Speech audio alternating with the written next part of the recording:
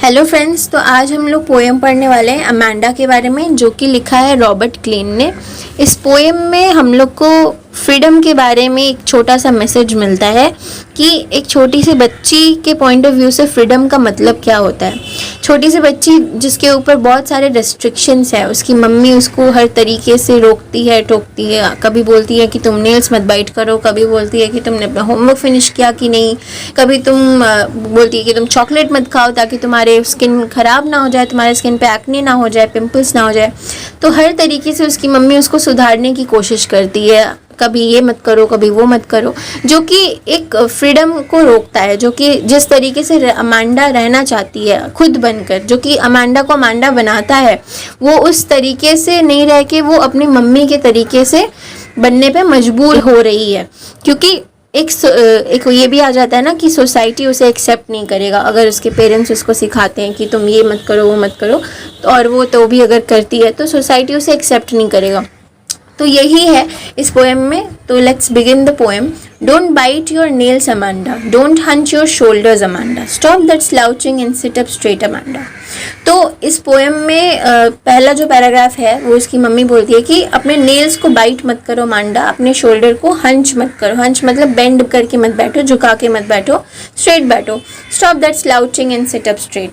Slouching मतलब कि lazily बैठना, ऐसे स्लाउचिंग होके मत बैठो, तुम हमेशा ऐसे स्ट्रेट होके बैठो। मतलब ये उसके रूल्स एंड रेगुलेशन से मम्मी जो सिखा रही है अमांडा को। अब ये देखो, अपने वर्ल्ड ऑफ रियलिटी से वर्ल्ड ऑफ इमेजिनेशन में कैसे अमांडा जाती है, हम लोग वही देखेंगे। ये पूरा पोएम ही एस्केप के बारे में, कि कैसे वो वर्ल्ड ऑफ रियलिटी से वर्ल्ड ऑफ इमेजिनेशन में एस्केप कर रही है।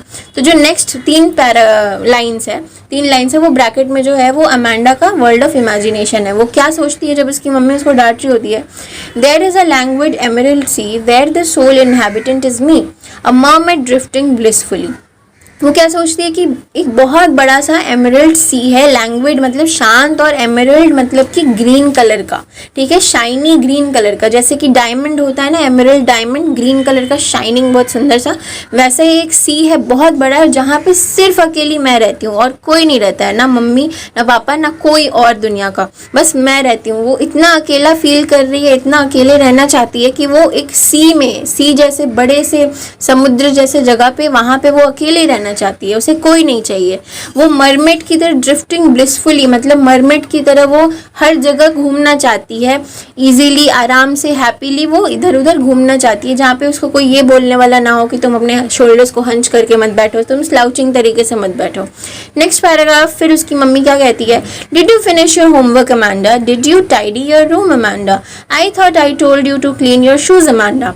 फिर उसकी मम्मी क्या बोल रही है कि तुमने क्या अपना होमवर्क कंप्लीट किया, तुमने क्या अपना रूम साफ किया, मुझे तो लग रहा था, मैंने सोचा था कि मैं तुम्हें शूज साफ करने के लिए बोली थी, क्या तुमने वो सब किया अमांडा।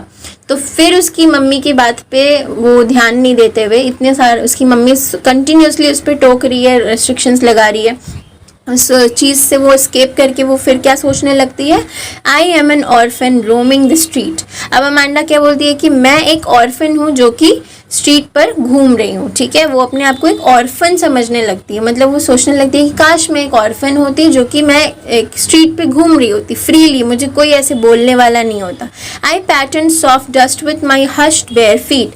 वो कहती है कि मैं काश अपने बेयर फीट से, यहाँ पे पिछले वाले पैराग्राफ में उसकी मम्मी ने उसको शूज़ क्लीन करने के बारे में बताया था, टाइडी रूम रखने के बारे में बताया था, और यहाँ पे वो क्या सोचने लगती है कि काश मैं जिस तरीके से जैसे तैसे पैटर्न बना रही होती धूल में, मिट्टी में, बेयर फीट से। शूज का वहाँ पे एक कंपैरिजन है और यहाँ पे देखो एक बेयर फीट का बात हो रहा है। उसकी मम्मी उसको रूल्स, कायदे, कानून सिखा रही है कि तुम शूज के बारे में, ठीक है, ये सारी बातें करिए, और यहाँ पे वो बेयर फीट रहने का बात सोच रही है। तो किस तरीके से एक बच्ची का साइकोलॉजी कैसे काम कर रहा है, फ्रीडम के बारे में किस तरीके से सोच रहा है, ये पोएम बहुत ही प्यारा मैसेज देता है हम लोग को। I pattern soft dust with my hushed bare feet, the silence is golden, the freedom is sweet. वो कहती है कि साइलेंस उसके लिए गोल्डन है, उसे एकदम शांति चाहिए। उसे एक छोटी सी बच्ची कैसी होती है, उसको खेलना है, कभी कूदना है, इधर उधर जाना है, हंसना है, खेलना है, पर वो इस तरीके से मजबूर हो गई है इतना सारे रेस्ट्रिक्शंस में रहने के बाद कि उसको अब साइलेंस पसंद आ रहा है। वो कहती है कि जो क्या चीज़ गोल्डन होता है हम लोग के लिए, लोग गोल्डन होते हैं, मम्मी पापा गोल्डन होते हैं, फ्रेंड्स गोल्डन होते हैं, हंसना खेलना गोल्डन होता है, पर इस छोटी सी बच्ची के लिए क्या गोल्डन है? साइलेंस गोल्डन है, शांति, सॉलिट्यूड, अलोन रहना। ठीक है, उसकी मम्मी क्या कहती है next? Don't eat the chocolate, Amanda. Remember your acne, Amanda. Will you please look at me when I'm speaking at you, Amanda? अब उसकी मम्मी क्या कहती है कि ये चॉकलेट मत खाओ। शायद अमांडा उस टाइम में चॉकलेट खा रही है, तो उसकी मम्मी कहती है कि अब ये चॉकलेट मत खाओ, ठीक है। और तुम्हें अपनी एक्ने याद है ना अमांडा? एक्ने यानी कि पिंपल्स जो उसके फेस पे हो रखे हैं। जब बच्चे ग्रो कर रहे होते हैं टीनेज ईयर्स में, तो उनके फेस पे बहुत सारे पिंपल्स हो जाते हैं, ठीक है। Will you please look at me when I am speaking at you Amanda. तो उसकी मम्मी चाहती है कि उसके बच्चे को एक्ने ना हो। उसकी मम्मी चाहती है कि उसके होमवर्क उसके कंप्लीट रहे, उसका जो शूज़ है वो टाइडी रहे, उसका रूम टाइडी रहे, ठीक है, सब कुछ क्लीन अप रहे। तो उसकी मम्मी उसको रूल्स रेगुलेशन सिखा रही है जो कि एक सोसाइटी द्वारा बनाए गए हैं, तभी लोग उस बच्चे को, उस इंसान को एक्सेप्ट करेंगे। तो उसकी मम्मी चाहती है कि वो हर तरीके से उस रूल्स एंड रेगुलेशंस में ढल जाए, उस रूल्स एंड रेगुलेशंस को एक्सेप्ट करे, अपने डेली हैबिट बना ले उसे और सुधर जाए। पर अमांडा क्या चाहती है? अमांडा इसमें से कुछ भी नहीं चाहती है। अमांडा चाहती है कि वो अलोन रहे। वो इतनी ज़्यादा फ्रस्ट्रेटेड हो चुकी है अपने पेरेंट्स की वजह से कि अब वो उसे कुछ भी सुनाई नहीं दे रहा है। वो हर चीज़ में एस्केप होना चाह रही है, हर रियलिटी को वो एस्केप करते जा रही है। फिर वो अब क्या सोचने लगती है इस चॉकलेट वाले बात पे कि I am Rapunzel, I have not a care, life in a tower is tranquil and rare, I'll certainly never let down my bright hair। तो रुपंजल के बारे में अब वो सोचने लगती है कि अब वो रुपंजल बन गई है, ठीक है। हर तरीके से कभी वो मरमेड बनना चाह रही है, कभी वो ऑर्फन बनना चाह रही है, कभी वो रुपंजल अब बनना चाह रही है। अब रुपंजल से क्या मतलब, उसका क्या कनेक्शन है रुपंजल से? क्या कहती है कि मैं रुपंजल होती, काश मैं रुपंजल होती, काश मैं रुपंजल होती। वो एक डिज्नी प्रिंसेस है, लड़कियों को शायद पता ही होगा इसके बारे में। लड़कों को अगर नहीं पता हो तो एक छोटी सी स्टोरी है रुपंजल की। उसके बहुत लंबे हेयर थे, बहुत मैजिकल, बहुत लंबे हेयर थे। वो टावर में बहुत एक ऐसे टावर में रहती थी ना जहाँ पे उसको बंद कर दिया गया था हमेशा के लिए, और वो वहीं पे अकेले रहती थी। वहाँ पे अपना वो जब बाल ऐसे नीचे लटकाती थी तो उसके बाल से कोई भी चढ़ के उस टावर के अंदर आ सकता था या फिर उस टावर से उतर के नीचे जा सकता था।